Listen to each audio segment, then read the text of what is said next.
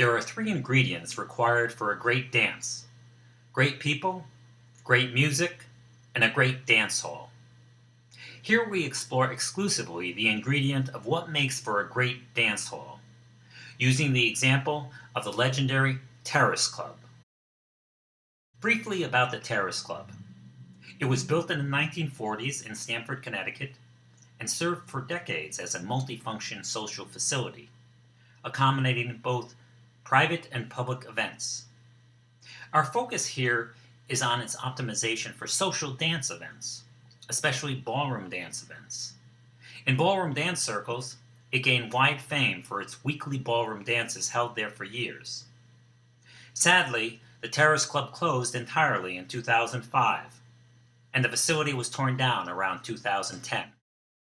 Using a computer-aided design model I created for it, here's a quick virtual tour of the deceptively simple internal architecture of the Terrace Club. From roadside, the Terrace Club was quite frankly easy to miss. It was an almost trivially simple, nondescript, flat and rectangular brick building, but with a fairly spacious parking area to the right in front of it. Beneath the hood, or the roof as it were, the internal architecture got a bit more interesting, but still remained quite simple. As you entered in front, you passed through a small foyer. Then, you paid the trivial admission fee of $8 or $12 or $15 for a full night of ballroom dancing. With light buffet dinner too, by the way. You might hang your coat in the coat room to the left, and then walk by the ladies' and men's restrooms. At that point, you entered the main area. A little noticed but very effective architectural trick that enhanced the experience was the increasing height of the ceilings. Initially, when you first entered the foyer, hung your coat in the coat room and passed the restrooms, the height of the ceiling was rather low, only about 8 feet. But immediately upon entering the large main space, the height of the ceiling suddenly rose to 12 feet. And then when you descended the steps to the dance floor, the height of the ceiling suddenly enlarged even further to 16 or 17 feet. Consecutively, you went from 8 to 12 to 16 or 17 foot ceilings. This increasing ceiling height, I think, subtly heightened the emotional experience for the dancers as well. As you entered the main area, immediately in front of you was the exceptionally large area of chairs and tables for groups and couples surrounding the dance floor. To the left was a large bar area, adorned with mirrors and hanging prints. Incidentally, the prints shown are a couple of the actual ones from the Terrace Club. To the right was a technical audio-video control booth for controlling lighting and sound.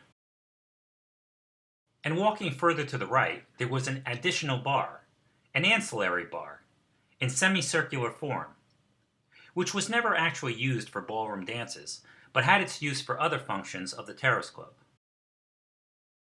To the extreme right were a couple tables devoted to serving the modest buffet dinner of, for example, chicken and salad, bread and a little dessert. It was always remarkable that the low price of admission included a light buffet dinner. And notice the buffet tables were wisely situated right next to the nearby kitchen for quick and easy transport of food between kitchen and buffet table. But let's get to the real glory of the Terrace Club. Its beautiful sunken wooden dance floor, which is so exceptionally rare anywhere in the nation or even the world. The Terrace Club floor was sunk nearly 2 feet, and iron rails surrounded and framed it like a painting all around. Over the sunken dance floor were installed excellent lighting and sound systems that were deliberately aimed at the dance floor itself, prioritizing it and the dancing on it above all else, thereby enhancing the dance experience for the dancers on the unique floor. Steps on all 4 sides of the sunken dance floor enabled easy access to it, and women seeking dances might artfully position themselves near the main steps for greater likelihood of being asked for dances. Though the Terrace Club had a separate stage behind the dance floor, the real stage, the real center of attention, was always the exquisite sunken wooden dance floor. Whether you were sitting at a bar stool or a surrounding table, or merely standing by a railing, it was always all about viewing the joyous dancers dancing on that gorgeous dance floor. The only thing better than viewing the dance floor was actually dancing on that wonderful, memorable floor. Additionally, there was a full stage that was little used for ballroom dancing, but was the place for live bands and other entertainment on other nights for other events. In the rear to the left, a small DJ station was where the expert ballroom DJ spun the energizing songs that kept the dancers happy, dancing tirelessly all night long. On ballroom nights, music would be played, non-stop, for literally more than 5 hours, always ending at midnight with the Terrace Club trademark last dance, Max Bygrave's Bye Bye Blues Foxtrot. That was the Terrace Club.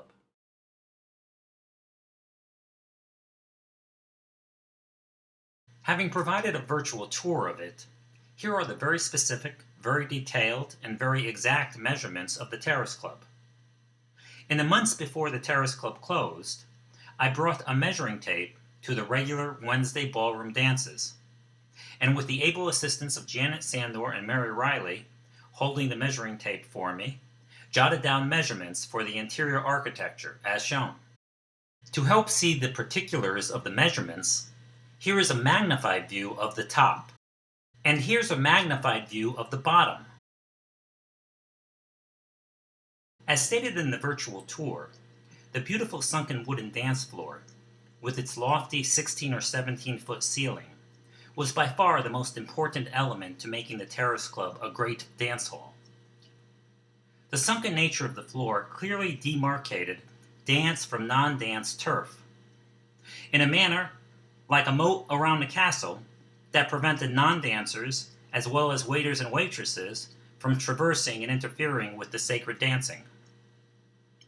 It also made for especially fine viewing of the many spectacular, world-class professional dance showcases performed there over the years. Also distinctive to the Terrace Club was its unusually large space for non-dance sitting, talking, and socializing. A combination of large tables, small two-person tables, and bar stools provided more than ample seats to accommodate groups, couples, and individuals. The built-in sound systems were positioned mostly above and aimed at the dance floor itself, and bass speakers in the corners of the floors enhanced the full sound of the music for the dancers. Volume was Goldilocks, not too high, not too low. And although some have questioned the low level of lighting at the Terrace Club, a low level of lighting was definitely the best setting because, frankly, it was forgiving of skin imperfections, especially among more mature ballroom crowds. It also provided an adult ambiance appropriate to a nightclub or supper club. Low lighting made for particularly captivating glistening effects, with a glittery garb common in ballroom and Latin fashion, and even provided a bit of anonymity if an adult desired it. By comparison, the lighting at other dance halls are often disturbingly too high and too bright. The fact that the Terrace Club offered a bar, and, importantly, was never associated or aligned with any particular dance studio, also made for a kind of neutral ground to this adult sandbox. Lots of free parking and a convenient location on a main street, the Post Road, also helped.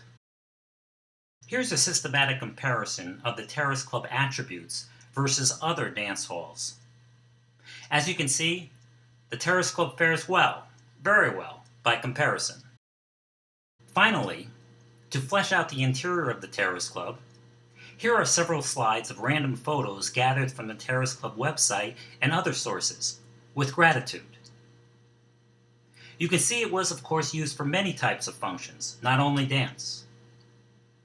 Though suffering a bit of age-related decline and needing renovation in its later years, its essential elements remained appealing and alluring to social dancers throughout the tri-state area until its closure in 2005. These are example photos of ballroom nights, always on Wednesdays and some Sundays too. And some more photos of ballroom nights. Country western dances were popular as well, occurring regularly on Thursday nights. Of course, the Terrace Club also served as a venue for live bands and catered affairs throughout its history. And here are the last of the photos. Those of us who appreciate a great dance hall would like nothing better than to have others copy some or all of the premier dance attributes of the Terrace Club. It would be wonderful if future generations of dancers could thereby enjoy, as we did, at this illustrious dance hall. So to help, if you need the PowerPoint deck of Terrace Club measurements, or even the CAD file of its interior architecture, feel free to email me at the address shown. Perhaps, just perhaps, if you build it, they will come.